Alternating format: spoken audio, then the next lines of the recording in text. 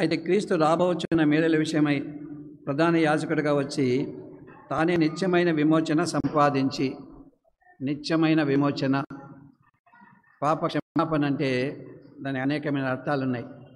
నా పాపములు తుడిచివేయబడినవి, అంతేకాదు నేను పాపముని యజమాని నుండి నేను విడిపింపబడిన వాడను, అంతేకాదు మూడవదిగా శిక్షావిధి నుండి నేను విడిపింపబడిన వాడను, ఇంకా పాపం యొక్క ప్రభుత్వం కింద నేను లేనివాడను. నిత్యమైన విమోచన, ఆ పాపము నుండి, నిత్యమైన ఆ యొక్క దాసత్వం నుండి ఆయనను విమోచించిన వాడు, అంతేకాదు సమాధిలో నుండి, పాతాళ బలుల నుండి ఆయన మనల్ని విమోచించిన వాడు, అంతేకాదు పాపం నుండి విమోచించిందే కాకుండా అంధకార సంబంధమైన అధికారంలో నుండి మనల్ని విమోచించి విడిపించి తాను ప్రేమించి తన కుమారుని రాజ్య నివాసులుగా ఆయన చేసినవాడు, అంతేకాదు ఈ లోకము నుండి, లోక ఆశల నుండి ఆయన మనల్ని విమోచించినవాడు. గలతీ రాసిన పత్రిక 1:4 గలతీ 1:4 మన తండ్రి అయిన దేవుని చిత్త ప్రకారము క్రీస్తు మనలను ప్రస్తుత దుష్ట యుగములో నుండి, దుష్ట కాలములో నుండి విమోచింపవాలనని మన పాపముల నిమిత్తము తను తాను అప్పగించుకొని, ఈ లోకంలో నుండి, ఈ దుష్ట యుగంలో నుండి మనల్ని విమోచించాలని 3 ప్రాముఖ్యమైన విమోచనలు. ఇశ్రాయేలీయులు ఐగుప్తు నుండి వెలుపలికి వచ్చిన వారు, లోకము నుండి వెలుపలికి వచ్చిన వారు, ఫరో యొక్క అధికారం నుండి వెలుపలికి వచ్చిన వారు, అంధకార సంబంధమైన అధికారాన్ని వెలుపలికి వచ్చిన వారు, మూడవది అక్కడ వారు విగ్రహారాధికులు, ఇతర దేవతలను పూజించేవారు, ఆ పాపము నుండి వారిని విడిపించినవారు. నిత్యమైన విమోచన సంపాదించి, నిత్యమైన పాప క్షమాపణ ఇచ్చినవాడు, నిత్యమైన రక్షణ ఇచ్చినవాడు, నిత్యమైన విమోచన ఇచ్చినవాడు. ఇంకోటి ప్రాముఖ్యమైనది ఏమంటే నిత్యమైన భద్రత అనేది మనం కలిగి ఉన్న వారంగా ఉన్నాం. మనం ఎక్కడున్నా కూడా, ఏ పరిస్థితుల్లో ఉన్నా కూడా నిత్యమైన భద్రత అనేది దేవుడు మనకు అనుగ్రహించిన వాడుగా ఉన్నాడు. ద్వితీయోపదేశకాండము 33:27 ద్వితీయోపదేశకాండం 33:27 40 సంవత్సరములు ఇశ్రాయేలులను అరణ్యంలో నడిపించిన తర్వాత మోషే అంటున్నాడు, అదో శాశ్వతమైన దేవుడు మీకు నివాసము, నిత్యమైన బాహువులు మీ క్రింద ఉండును. ఆయన శత్రువుని ఎదురుని నశింపజేసేవాడు. శాశ్వతుడైన దేవుడు ఎటువంటి దేవుడు? మనకు నివాస స్థలము. అంతేకాదు నిత్యమైన బాహువుల క్రింద మనం ఉన్నాం. షూలమిత్ అనే స్త్రీ ఆ పరలోకపు సొలొమోను గురించి చెప్తుంది. పరమగీతం 2:6 అతని ఎడమ చేయి నా తల క్రింద ఉన్నది, తన కుడి చేత ఆయనను కౌగిలించుకున్నాడు. చిన్న బిడ్డలను తల్లి పట్టుకుంటుంది, ఎడమ తల కుడి చేత ఆ బిడ్డ మీద ఉంటుంది.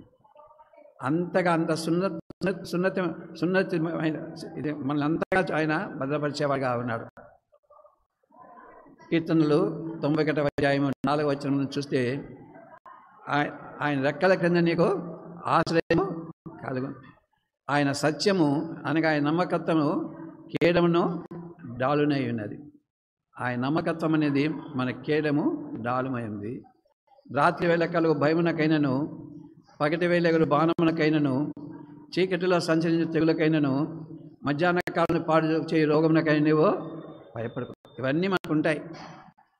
కానీ దేవుడు ఇచ్చిన గొప్ప ఆశీర్వాదం ఏమంటే ఈ భయాలన్నిటిలో నుండి ఆయన మనల్ని విడిపించేవాడుగా ఉన్నాడు. దేవుని పరిచర్యలో అనేకమైన నిందలు, అనేక మంది అనేక విధములుగా దైవ సేవకులతో మాట్లాడేవారుగా ఉన్నారు.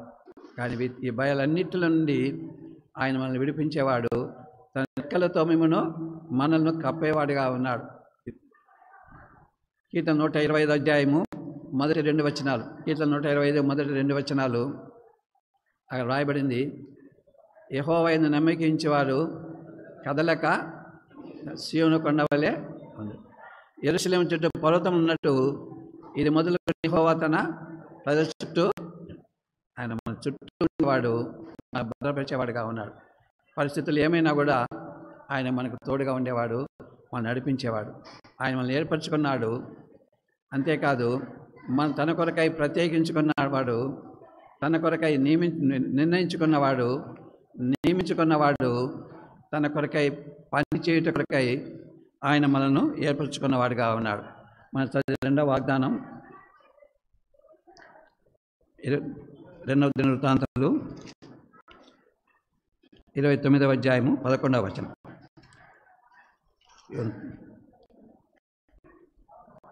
తనకు పరిచర్య చేయుటకు యెహోవా మిమ్మును ఏర్పరచుకొనెను. మనందరినీ కూడా ఏర్పరచుకోను. మీ పరిచర్య వేరే, నా పరిచర్య వేరే. తన పరిచర్య చేయుటకు యెహోవా మిమ్మును ఏర్పరచుకొనెను. దాని కొరకు ఆయన చేసిన ఇవన్నీ ఈ ఆశీర్వాదాలన్నీ కాకుండా ఆయన మనల్ని ఏర్పరచుకున్నవాడు, ముందుగా నిర్ణయించుకున్నవాడు, మనల్ని స్వీకరించిన వాడు, ఆ తర్వాత వదిలిపెట్టలేదు. కానీ తన పరిచర్య కొరకై నియమించుకున్నవాడుగా ఉన్నాడు. ప్రాముఖ్యమైన విషయము, క్రీస్తులో మనలను నాటినవాడుగా ఉన్నాడు. యోహాను సువార్త 15వ అధ్యాయం 1-2 వచనాలు.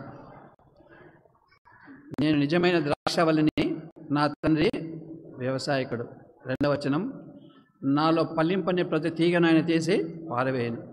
ఫలించు ప్రతి తీగ మరి ఎక్కువగా ఫలించవలనని పనికిరాని తీగలని తీసి పారవేయను. అనగా ప్రభువైన యేసుక్రీస్తు నిజమైన ద్రాక్షవల్లి, ఆ తండ్రి అయిన దేవుడు, ఆయన ఆ భూమికి యజమాని, నా తండ్రి వ్యవసాయకుడు. దానిలో తీగలు మనం. ఇక్కడ గొప్ప రహస్యం ఉంది. అది మనం గుర్తిస్తున్నామో లేదో తెలియదు.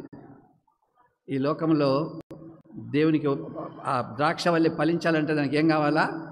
తీగలు కావాలి. తీగలు లేకుంటే అది ఫలిస్తుందా? ఫలించదు కదా.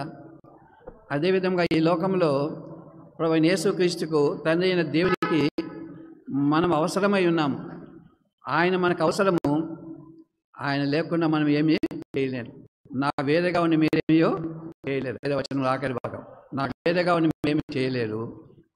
అయితే క్రీస్తు రాబోచున్న మేలుల విషయమై ప్రధాన యాజకుడిగా వచ్చి తానే నిత్యమైన విమోచన సంపాదించి, నిత్యమైన విమోచన, పాప క్షమాపణ అంటే దానికి అనేకమైన అర్థాలు ఉన్నాయి.